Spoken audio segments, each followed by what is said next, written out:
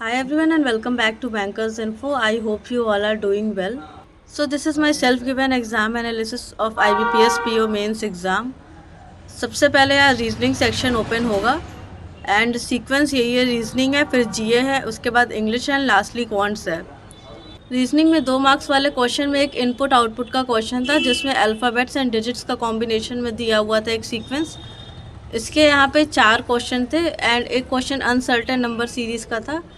इसके भी यहाँ पे 4 क्वेश्चन आए हुए थे एंड एक ब्लड रिलेशन का क्वेश्चन था, वो कोडेड ब्लड रिलेशन का था। इसके 1 या 2 क्वेश्चन थे, एग्जैक्टली मुझे नहीं याद है।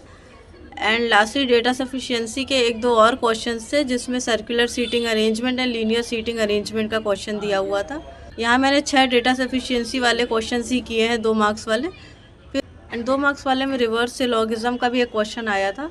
फिर 1 मार्क्स वाले में यहाँ पे 2 से 3 पजल एंड सीटिंग अरेंजमेंट आया था। यहाँ एक स्टैक बेस्ड पजल भी आया था जिसमें 6 लोग बैठे थे एंड यहाँ पे 8 से 10 सीट्स दिए हुए थे। इसके 2 ही क्वेश्चन थे। इसके अलावा 2 क्वेश्चन कोडेड ब्लड रिलेशन का आया था। लॉजिकल रीजनिंग से 5 से 6 क्वेश्चन थे जो कि मैंने अटेम्प्ट नहीं किए हैं क्योंकि लास्ट टाइम मेरा लॉजिकल रीजनिंग का ही गलत हुआ था ज़्यादा। तो लॉजिकल रीजनिंग का स्टार्टिंग का एक क्वेश्चन था, वो मैंने बस किया था। उसके अलावा मैंने और कोई भी लॉजिकल रीजनिंग का क्वेश्चन टच नहीं किया है। एक लीनियर सीटिंग अरेंजमेंट आया था जिसमें 8 लोग बैठे थे एंड इन लोगों को सीटिंग अरेंजमेंट करने के बाद इन लोगों को कोड भी अलॉट करना था जो कि 1 से 8 तक था एंड उसके लिए कुछ कंडीशंस दिए हैं, उसके अकॉर्डिंग उसको अलॉट करना था। तो ये क्वेश्चन मैंने किया था एंड बाकी कुछ डेटा सफिशिएंसी के क्वेश्चंस भी मैंने किए। तो यहाँ पे ओवरऑल मैंने 12 क्वेश्चंस किए हैं। अब अगला सेक्शन जीए था एंड जीए के जो क्वेश्चंस हैं वो मैं कम्युनिटी पोस्ट पे शेयर कर दूँगी, तो आप वो जाके वहाँ से चेक कर सकते हो। जीए का सेक्शन मुझे बिल्कुल भी इजी नहीं लगा, मॉडरेट लगा, क्योंकि यहाँ पे डेटाबेस ज़्यादा क्वेश्चन थे जो कि हर साल आते हैं। सो इसलिए ये मुझे हर साल की तरह मॉडरेट लेवल पे लगा एंड यहाँ पे मैंने 24 क्वेश्चंस किए हैं। इंग्लिश की बात कर लेते हैं। इंग्लिश लास्ट ईयर से थोड़ा सा ज़्यादा मॉडरेट लगा मुझे। लास्ट ईयर का ईजियर साइड पे था as compare to this year. And starting में यहाँ पे 2 मार्क्स वाला जो क्वेश्चन ओपन होता है वो थोड़ा सा ईजी था 1 मार्क्स वाले क्वेश्चन के कंपेरिजन में। एंड उसमें सेंटेंस रीअरेंजमेंट का क्वेश्चन आया था जिसमें कि 3 से 4 स्टेटमेंट्स दिए थे एंड उनको रीअरेंज करके उनका प्रॉपर सीक्वेंस हमें बताना था। एक ये क्वेश्चन था। एक कंक्लूजन वाला क्वेश्चन था जिसमें 1 से 2 पैराग्राफ दिए थे एंड उसका कुछ कंक्लूजन था, तो वो एक क्वेश्चन था 2 मार्क्स वाले में। तो मैंने यहाँ पे 4 क्वेश्चन किए हैं। फिर 1 मार्क्स वाले क्वेश्चन में 2 पैसेज आया था। अब इसके बाद 1 मार्क्स वाले क्वेश्चंस की बात कर लेते हैं। यहाँ पे 2 पैसेजेस आए हुए थे। एक था कि कंट्री एक्स की जो इकोनॉमी है उसका डाउनफॉल हो रहा है, उससे रिलेटेड क्वेश्चन था।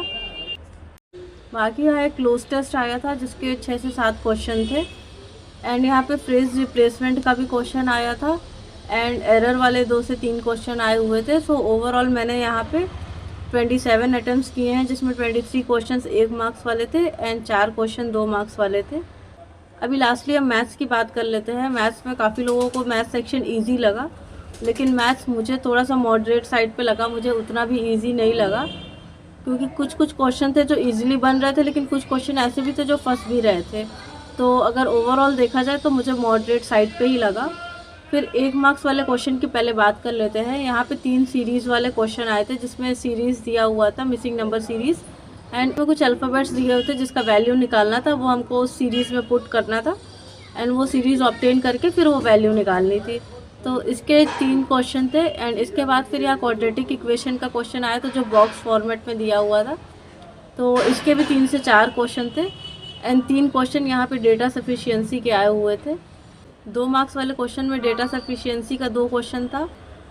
इसके अलावा यहाँ पे 3 से 4 डीआई दी हुई थी। एक डीआई थी जिसमें टेबल बेस्ड फॉर्मेट में डिस्काउंट दिया हुआ था, उससे रिलेटेड 5 क्वेश्चन दिए थे। फिर एक प्रोबेबिलिटी वाले पैटर्न पे डीआई थी जिसके सिर्फ 3 ही क्वेश्चन दिए हुए थे एंड ये वाली डीआई मैंने की थी एंड डेटा सफिशिएंसी का 2 क्वेश्चन किया था। तो 2 मार्क्स वाले में मैंने 5 क्वेश्चन किए थे एंड 1 मार्क्स वाले में मैंने 7 क्वेश्चन किए थे। यहाँ पे एक केसलेट डीआई भी आया हुआ था जिससे 2 या 3 ही क्वेश्चन थे एंड एक और डीआई आया था जिसमें पी जेड एंड एक्स का वैल्यू निकालना था। तो उसके लिए मुझे लास्ट में टाइम नहीं बचा, तो वो मेरा रह गया था। उसमें मैंने एक्स की वैल्यू निकाली थी लेकिन पी एंड जेड का रह गया था फाइंड आउट करना। इसके अलावा अभी बात कर लेते हैं डिस्क्रिप्टिव सेक्शन की। डिस्क्रिप्टिव लेटर का टॉपिक था non commercial use of renewable resources. इसके इश्यूज़ ये एडिटर वाला लेटर आया था।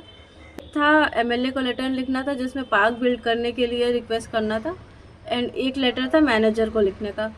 फिर अभी एसए की बात कर लेते हैं। एसए में आया था डिजिटल हेल्थ केयर, फिर एक टॉपिक आया था सस्टेनेबल फैशन एंड एक टॉपिक आया था गिग वर्कर्स का कंट्रीब्यूशन।